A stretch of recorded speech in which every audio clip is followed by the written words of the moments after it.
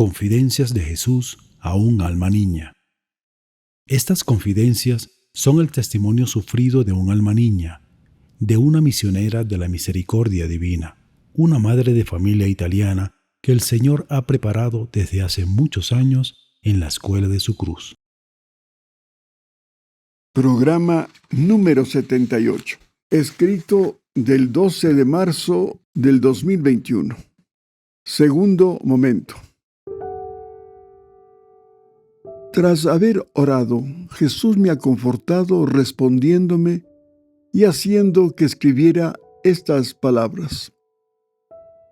Niña mía, cuánto dolor me dan todos aquellos que hacen apelación a tantas realidades sancionadas. Sí, por mi iglesia, pero se olvidan de mis palabras. Yo mismo dije que tenía tantas cosas que decirles, pero no podía, porque no habrían soportado su peso.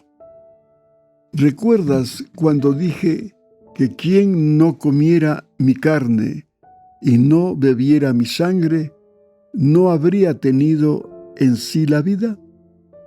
Casi todos se alejaron, creyéndome un caníbal.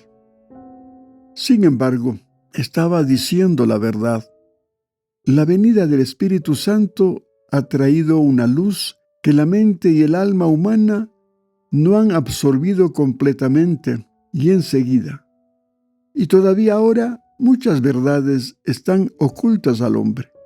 Yo siempre me he revelado lentamente en el tiempo, y eso mi iglesia bien lo sabe. ¿Por qué debería obligarme a mí mismo a permanecer como rehén en un sacrilegio y en un inmundo ultraje satánico, quedándome encerrado en una simple materia como el pan? Recuerda que yo me he creado en el pan y en el vino, pero no soy ni el pan ni el vino. Ahora bien, por el hecho de verme en la cruz, de la cual no quise descender por puro amor, ¿creéis por eso que yo me veo obligado a quedar rehén de un indigno y maldito tratamiento infernal? En realidad, simplemente os he revelado una gran verdad. Sé que las verdades nuevas os desconciertan, pero yo soy el dueño del pan y del vino. Me he creado en esas sustancias, aunque no soy las sustancias. Y así puedo soportar el rechazo, el desamor, la falta de fe y de sentido de lo sagrado, debido a vuestro modernismo y a las nuevas normas de mi iglesia, demasiado iluminada por la razón y por el mundo con su príncipe y mucho menos por la verdadera fe en mí. Pero me niego como Dios a hacerme objeto de la podredumbre satánica y de su hedor.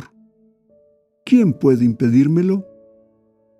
Lo que fue dicho anteriormente por mi iglesia no refleja el horrendo pecado que se comete desde hace tiempo en las logias y en sus templos. ¿Os lamentáis de cómo puedo o debo tratar el pecado de un alma? Entonces, considerando que lo que importa son las intenciones, si un asesino o un ladrón o un adúltero regresara arrepentido de verdad de lo que ha cometido, aunque cuando ha pecado lo haya hecho con toda intención, ¿no debería perdonarlo y abrirle las puertas de la salvación por haber cometido el pecado con toda intención? En ese caso, hijos míos, de mi iglesia no quedaría nada ni nadie. ¿Os acordáis que dije, quien no haya pecado, arroje la primera piedra? Por eso, amados hijos, sea que lo creáis o no, que os escandalice o que seáis humildes y podáis alegraros con esta noticia, consoladora. Yo soy Dios y puedo hacer lo que parece imposible a vosotros y a mi iglesia. Amén, amén, amén. Pie de página. Comentario del Padre Espiritual. El Señor que ha dicho, pedid y recibiréis, buscad y hallaréis, llamad y se os abrirá. Nunca deja en la oscuridad a quien ama y busca la luz. En cuanto a la afirmación del retiro de su presencia de las especies eucarísticas cuando se quiere profanarlas, aquí nos da una luz. Lo que la Iglesia siempre ha creído y enseñado no está en contradicción con esta nueva situación de esas profanaciones, ritos satánicos. Creo que la clave del misterio eucarístico está en la relación entre nuestro tiempo y la eternidad. En la Eucaristía, es decir, en la Santa Misa y en las especies eucarísticas, nuestro Señor se hace realmente presente con todo lo que Él es: verdadero Dios, consustancial al Padre y al Espíritu Santo, y verdadero hombre. Y con toda su vida histórica completa, desde la encarnación hasta su pasión, muerte y resurrección, todo está presente y vivo al mismo tiempo en la Sagrada Hostia.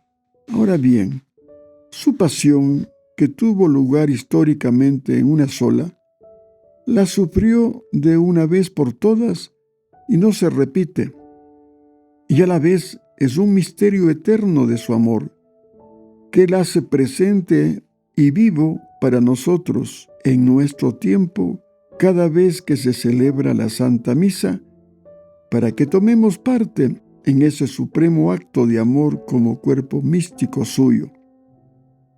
Por tanto, no es una repetición ni un recuerdo o conmemoración de una cosa del pasado, sino que se llama memorial, porque nos hace presente lo que se cumplió en el pasado. En la misa se viaja en el tiempo y en el espacio. Nos hallamos todos en aquel lugar, el cenáculo de Jerusalén, y en aquella tarde, la última de la vida de Jesús. Conclusión. Por tanto, los ultrajes que los malvados y los profanadores pretenden hacerlo ahora con sus ritos satánicos, no lo encuentran.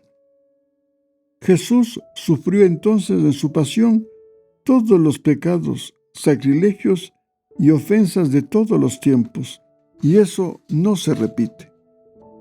Por tanto, cuando ahora quieren herirlo, no lo hallan. Pueden ensañarse con los accidentes de la hostia, con el campo que contiene el tesoro escondido, pero para hacer lo que pretenden, el tesoro ya no lo encuentran allí. Por eso, el que lo ama, lo encuentra, y el que no lo ama, no lo encuentra. Y eso no es algo puramente subjetivo. Deo gracias. Para mayor claridad sobre este misterio de la presencia real de Jesús en la Eucaristía, escribe el siervo de Dios, Padre Dolindo Ruotolo, en su libro La Doctrina Católica, páginas 325 a 327. Es necesario exponer todo lo que acerca de este sacramento nos dice la fe. Primero, este sacramento ha sido instituido de forma permanente, de modo que no subsiste solo mientras se administra, sino que perdura mientras no se alteren las especies sacramentales, bajo las cuales Jesucristo se oculta. Por consiguiente, Él permanece prisionero de amor en la tierra, y en su misericordia nos hace compañía desde el sagrario. Nos vigila de cerca como una madre afectuosa nos espera para recibir nuestras visitas, para conversar con nosotros. Sexto, apenas las especies sacramentales cambian o son alteradas por una causa externa, Jesucristo ya no vive en la Eucaristía. Él, por tanto, entrando en nosotros, permanece mientras la partícula no se deshace en el estómago, mientras las especies no se alteran de forma que ya no puedan considerarse accidentes de pan. Igualmente, en la Santa Custodia, si por humedad o por un largo período de tiempo se corrompen las especies, el Señor ya no está, porque su presencia sacramental es un nuevo modo suyo de estar, vinculado, por así decir, a los accidentes bajo los cuales se oculta. Séptimo, basta recibir las especies sacramentales para recibir a Jesús. Por lo tanto, Él entra tanto en el corazón de los justos como en el de los pecadores. Si bien estos últimos, recibiéndolo con el alma manchada, cometen un horrible sacrilegio y, como dice San Pablo, comen su propio juicio y su propia condenación. Octavo, Jesucristo se ha quedado en la Santísima Eucaristía como alimento y como bebida de los hombres, no de otros y ni siquiera de los ángeles. Por consiguiente, si un animal se comiera una hostia consagrada, hay que decir que en ese mismo instante desaparecería la presencia real de Jesucristo, porque el pan eucarístico no se les da a los animales.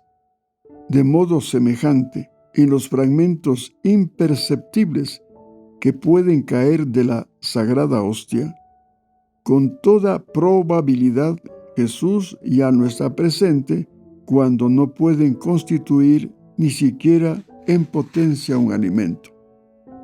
Esta opinión parece confirmada por el espíritu de la Iglesia, que no adora los fragmentos que así se pierden de la hostia.